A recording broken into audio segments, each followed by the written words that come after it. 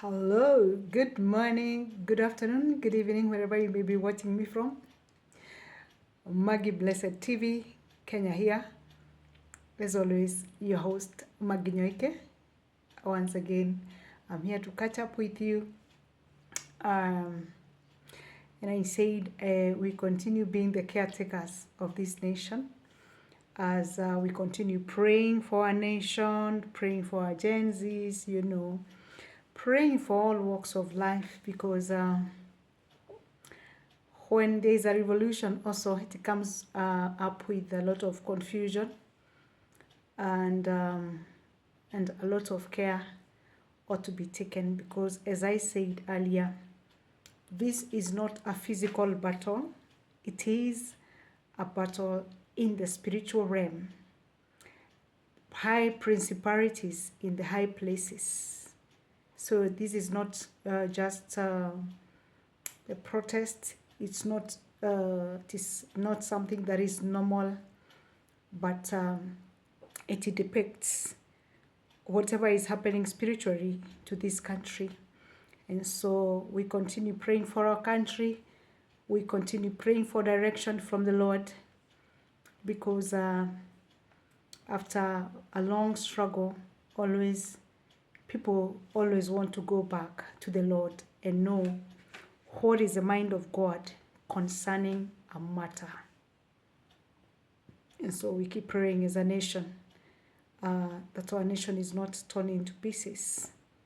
But by the end of the day, we deliver fruits and fruits that are going to last and bring prosperity and posterity in this nation. Today, I want us to encourage ourselves in the book of Genesis 37 concerning the life of Joseph. And Joseph is an interesting character in the Bible, being that Joseph was the last born or the last son of Jacob.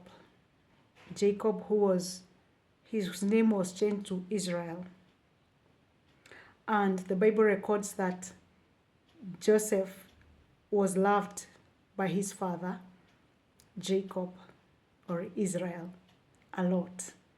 And even to show that he loved this child, he went ahead and made for him a coat of many colors. Just like when you receive favor, because it's not only the natural love, because the Bible says clearly, Israel loved Joseph more than the other children. And so, in other words, he received favor before the father. And favor is not fair. And when God also wants to show favor, which is equals to mercy, he's not a respecter of persons. He will show mercy to who he wants to show mercy. And so mercy had rested on Joseph being the youngest child. And the brothers could clearly see, and especially when you love somebody to an extent that you make some special requests, some special positions, some special, you have some love towards those people. It is evidently clear to the rest that all eyes were on Joseph. And Joseph grew up not being liked by the brothers because they could see he's favored. Probably you're there and you're asking yourself, why is it that when I go to a place, the waters start to boil and their blood start boiling in them to hate you? It's because they don't understand you.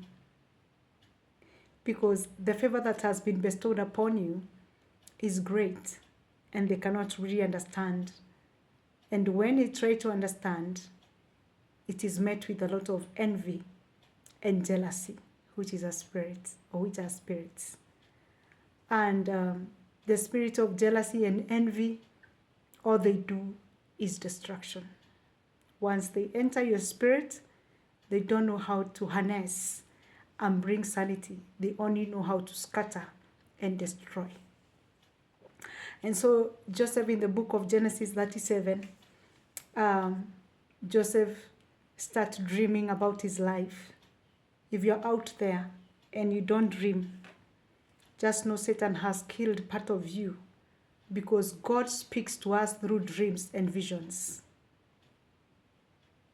And so he dreamt about his life, but he could not really understand the depth of these dreams. And so he carelessly or easily spoke about them, just like the way we also show up in places and also or start now explaining our dreams. And the other people can tell what you're up to, even though you don't know yourself very well. They already see who you're to become. And so Joseph grows up and he gets this dream, and he says, I see binding sheaves, 11 of them, bowing.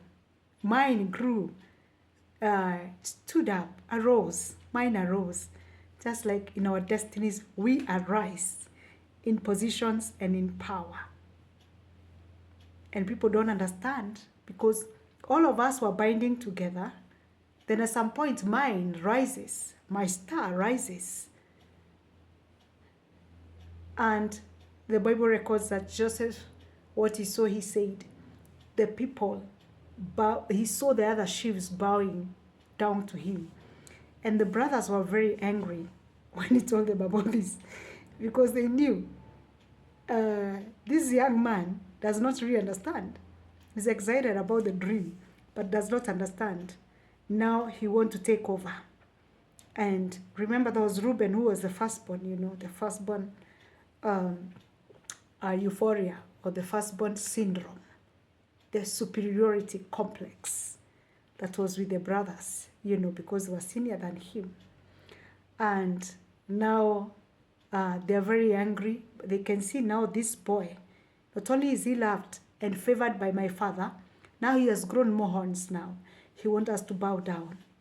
They could feel it in the spirit. See, even Satan, when he sees you rising from the spiritual realm, he knows and starts managing you spiritually so that he can curtail who you're to become. And so Joseph, again, dreams. And this time now it's even serious, it's worse.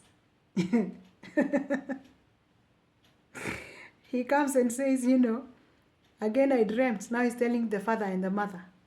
Again, the brothers, they are sitting, you can see them sitting around a fire in the evening, catching up after the whole day's work. Them, they are there from tending the sheep. This young boy just runs to errands just around the house. And now the father and the mother, they are here, all of them, a family. And he says, I dreamt again. Yeah, because a dreamer is always a dreamer. Somebody with favor, there's nothing you can do about it. They already hold a horn filled up with oil for growth and development.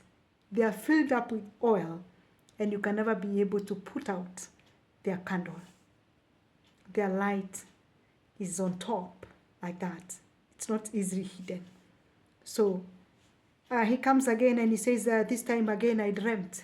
And you can imagine the brothers, looking at each other again.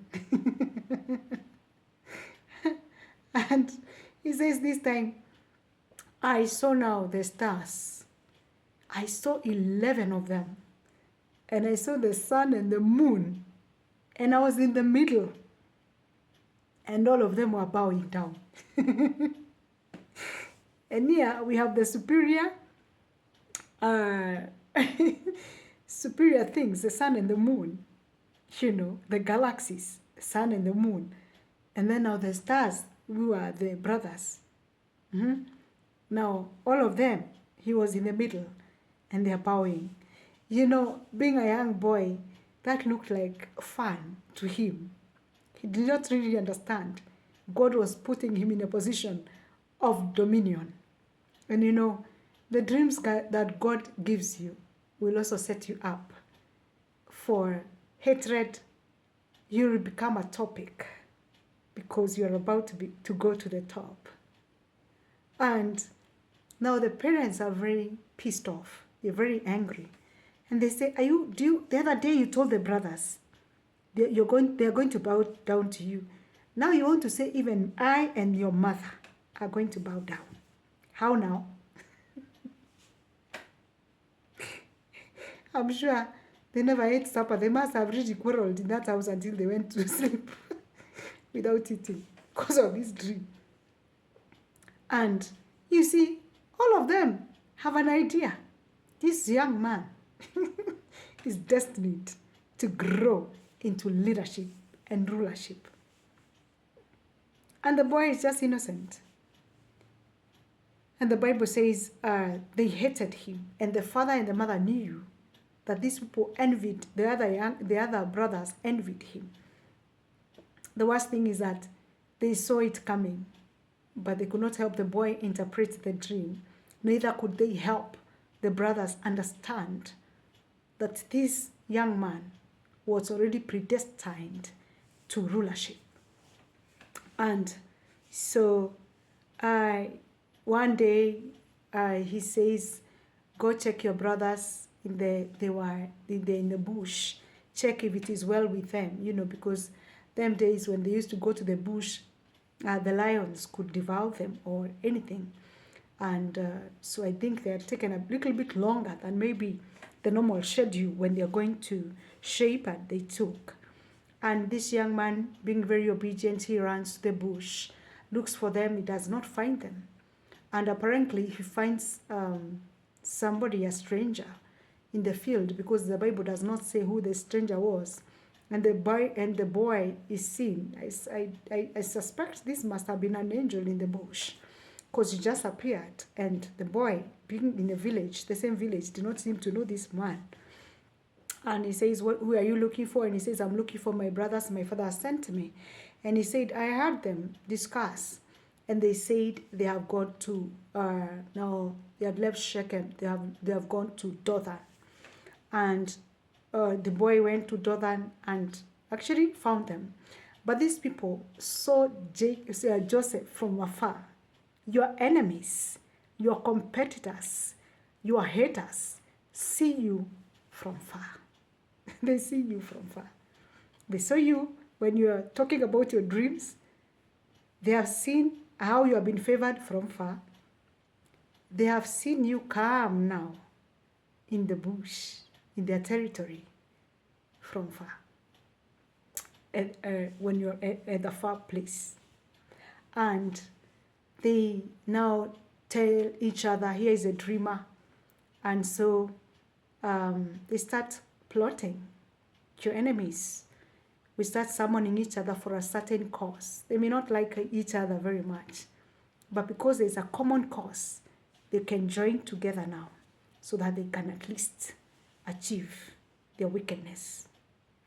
And so the innocent boy comes, and they say, now this boy, now because he's come, let us kill him.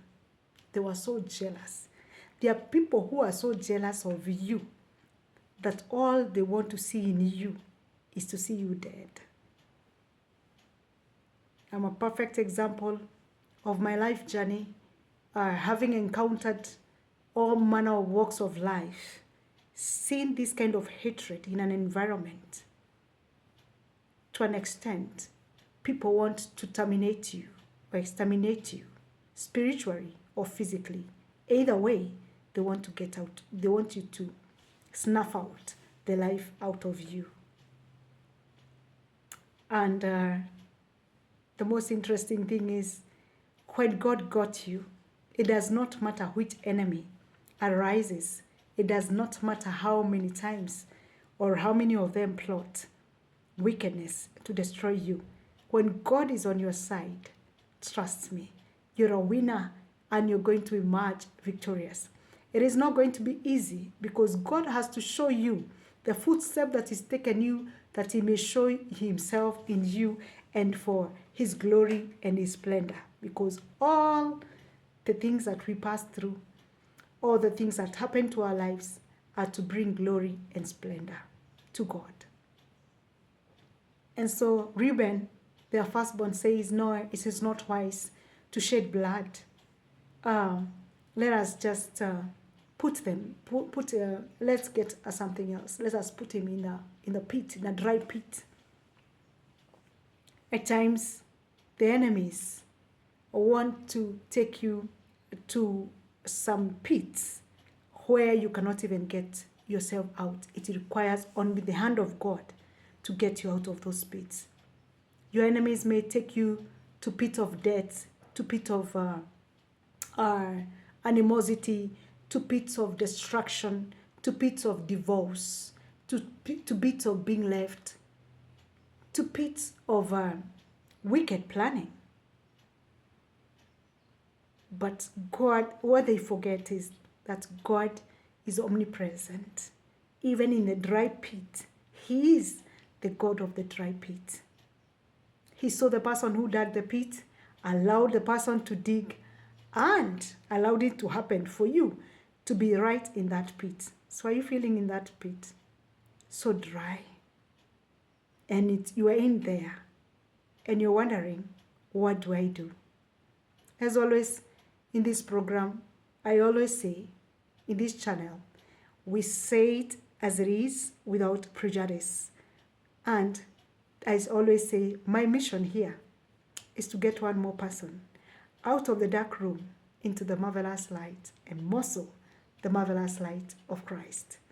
In this case, if you're in a dry pit where you feel hopeless, you feel you're not worth it, you feel you cannot really get out, Jesus is right there in that pit. He's a God of the mountains and he's a God of the valleys. And so these wicked schemers, what they forgot is that the God of the land was the same God who was in the pit, and he was to preserve, just like he always preserves those who really trust in him. So it does not matter what pit they have put you into, but God who allows it to happen, but want to showcase his glory in that pit. And so they put him there, and Reuben went to his whereabouts, and he thought the brother is safe in the pit. And the Bible records they were having a meal, maybe lunch time, and they were having lunch. And from far they see the Ishmaelites. You can see how wicked. These are brothers, same blood, but they are busy feasting, eating, and their brother is in the pit. People will be feasting. People will be going their whereabouts without a care of what you're going through. It doesn't matter how related you are to them. It doesn't matter what relationships you had, probably church, probably work. The moment they put you out of their sight, think they have accomplished their mission. At the same moment, they start feasting and forgetting about you. And you can imagine Joseph could hear them talk, but he couldn't get out. And from afar, while they were eating and feasting, they see the Ishmaelites coming. They were traders, because even today, we know the tribe of the Ishmael. They are traders. Easy. These are the Gulf. Because this is the same Ishmael who Abraham had sired. It's the same generation. And God said, by the end of the day, remember when Hagar went to was sent out, or he ran to the wilderness. God said, you stop crying. I see you. And your son is so blessed. He will also become mighty, become a nation. And true, these are now our Muslims who now are very powerful in terms of money. And exactly, they came to trade. They were doing even human trade. And so when they came and they decided, Let us sell him off. Actually, the brother called Judah is the one who suggested, let Joseph be sold for 20 shekels. And Joseph was sold. And from there, they say, the Bible called them Ishmaelites, called them Midianites, the enemies of Israel. And he was sold to Potiphar's wife, to Potiphar's house. Potiphar was now like the president in Egypt. And we all know from the dry pit also, to find your way into a palace, God is a schemer. He's an orchestrator. And will allow you, the wicked and your enemies, to do their best as he prepares the best for you. He will make sure where they have not, where you reach, them they will never reach before you. And if they have to reach, it's by your hand. So they may manage to put you out of the family hold.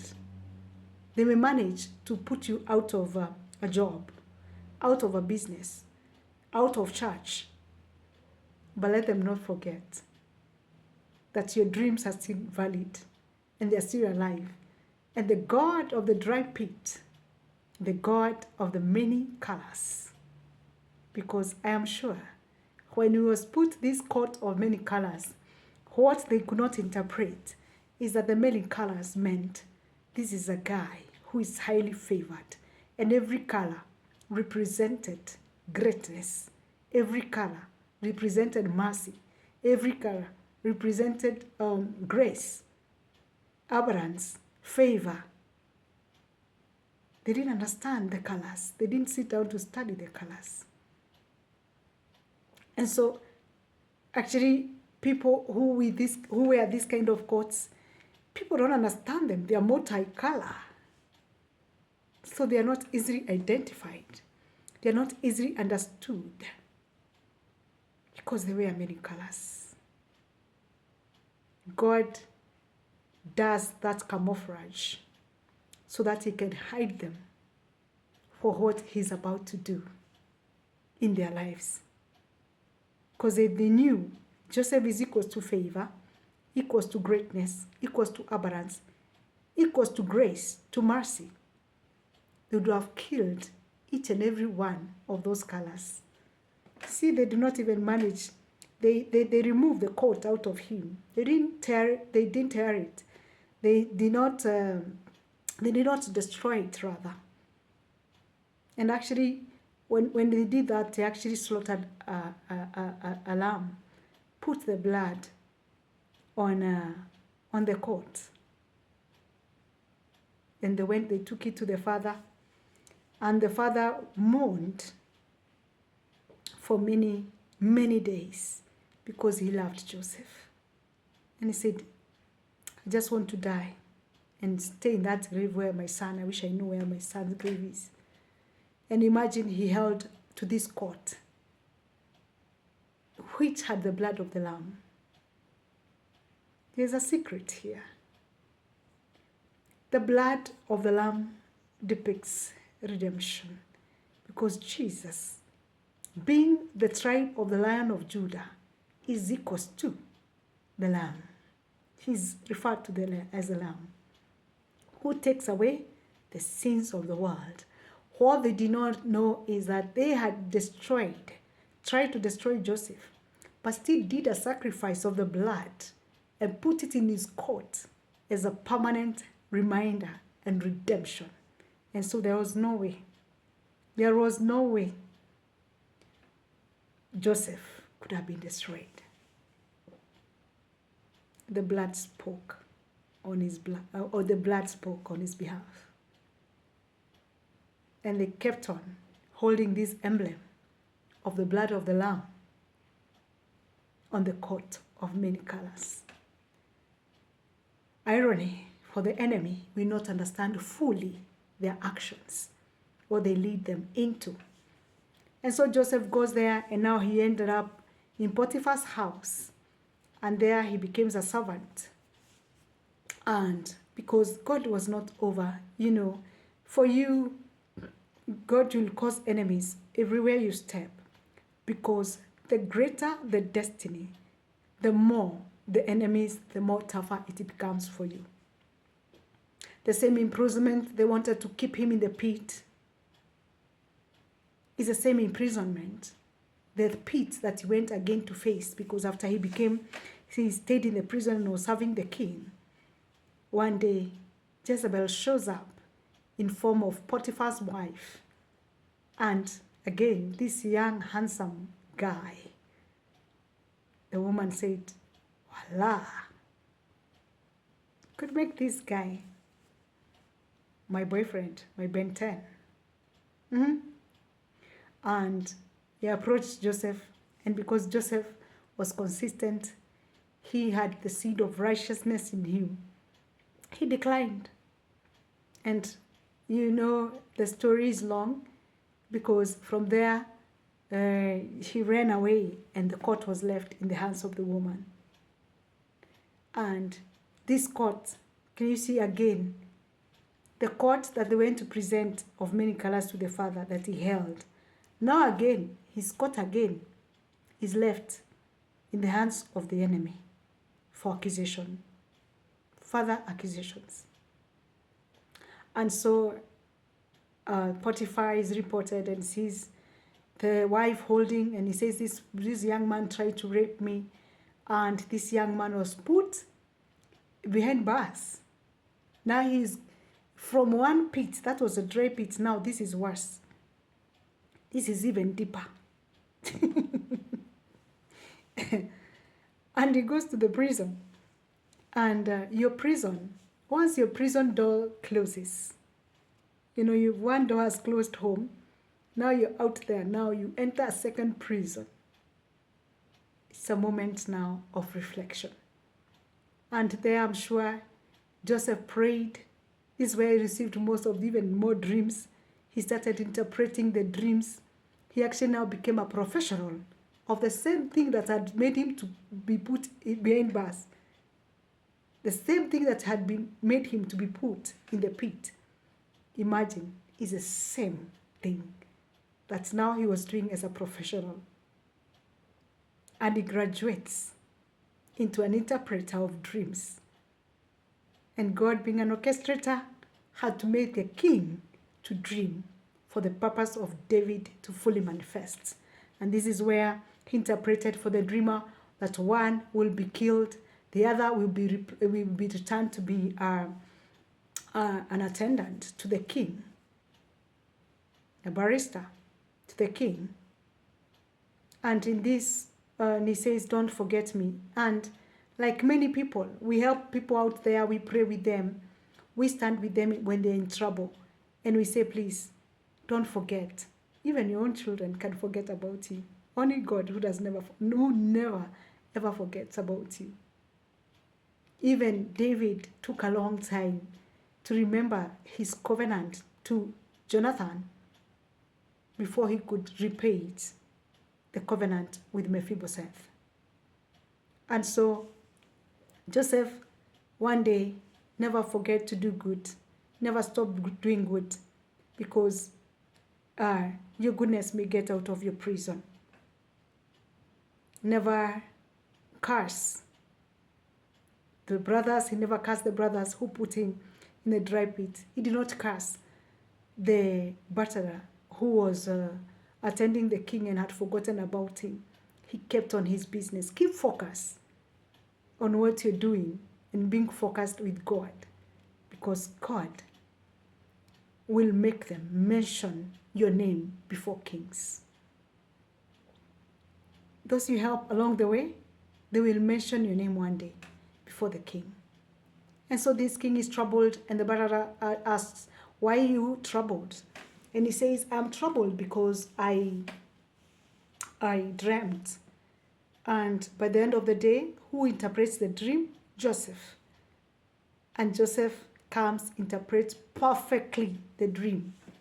And he said, if you can interpret my dream, who suits better than me, than you? And Joseph is made the governor. And the rest is history. We know from there, he was the same person who God used to rescue the family from the famine that had happened in the land, the Israelites' land. And he was to become their rescue, feed them, and also even give them one of the fat portions in Egypt, the Goshen. And they prospered and they settled, and the father was restored. So are you out there because of your dreams, because you shared your dreams, because your enemies looked at you as you interpreted the dreams, became very envious of you because of the favor you have received from your boss, from your pastor, from your walks of life, from the king, and people become very jealous of you, envious of you, such that their hatred has driven you to a pit, that their hatred has driven you to a prison of despair. Don't despair. At that prison, at that pit, is a moment of reflection. Take your time, pray, become consistent, focus on God. And the same God who never lets them destroy you, the same God raised a Reuben to say we cannot kill him. The same God is going to use a Judah for you to be sold into the hands where your destiny is going to be manifested.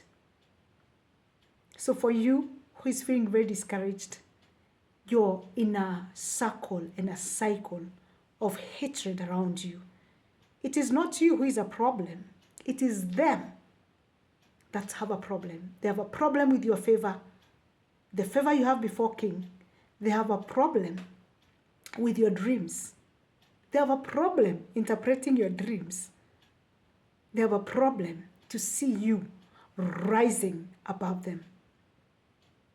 And so I would just want to encourage somebody who is wondering why the rejection. I always say, be happy when people reject you because you're not God. Because their rejection, it is the direction of your life. So it is not the end of life. It is actually the direction to your destiny. So when you're in that pit, it's not a moment to cry. It's okay if you cry, but it is time to pick up your pieces and know you have a purpose and start walking towards the steps of your purpose. Day by day, you build up, and one day you will look behind and say, I am so glad that they put me in the pit. I am so glad that they put me in prison. I am so glad that they left me. You can imagine how lonely he became being a young boy in a strange land with strangers. That's how we are left by people who we are very familiar with. And we feel lonely, we feel rejected. But mark you, it is just but the beginning of a great life and your destiny. So never give up in life, never give up hope. Just know your dry pit, your prison is your way to the king's table. It is the way to your rising. So arise and shine, for your light has come. The Bible records, darkness covers the earth, even gross darkness. But the Lord shall rise upon you with his eternal light. The eternal light of God can never be put out. So never give up. Be encouraged. Continue building up in your pit, in your prison, until the king, God will disturb the king until you're put on that throne. One day, God disturbed the king during the time of Haman. And he said, I didn't sleep in the night because I was disturbed. There's a man who did a good thing to secure a king in this land. And Please go back to the history of those books and find out who it was. And guess who it was? Mordecai, who was sitting as a gate man. Mordecai, the uncle to Esther. Remember the Esther story? We're going to share it soon. And the Haman is asked, what would you do to such a man? And said such a man should be put on a horse, and we give him the royal robes, and we give him a red carpet, and we give him a signet. You know, the signet was the most powerful ring, that it was like a signature of a king. And then take him round announcing him kingship. Kingship. The dry pit of Mordecai were the gates of a king. Anything can happen when you're around a king. Doesn't matter how much you're hated, because Mordecai was hated by Haman. It doesn't matter. But the same people who hate you, your haters, will be the people who will be cheering you as you ride on a red carpet. It has happened to Joseph, it happened to Mordecai, and you can imagine how Haman was feeling. You can imagine Joseph's brother, when they realized this is our brother, they really cried. The Bible says they cried because they tried to kill the very help that God had sent in the family to secure their lives one day. It's the same help they tried to squeeze life out of. And they could have just killed their destiny just because of jealousy and envy. Let us be careful in how we deal with people concerning jealousy and envy. I thought I should share with you, just to encourage one person out of that dark room, out of the pit, out of the prison, out of that corner where you feel hopeless. Never give up, because your way out of the pit, out of the prison, is the way to your greatness. Shalom. God bless you. Mwah.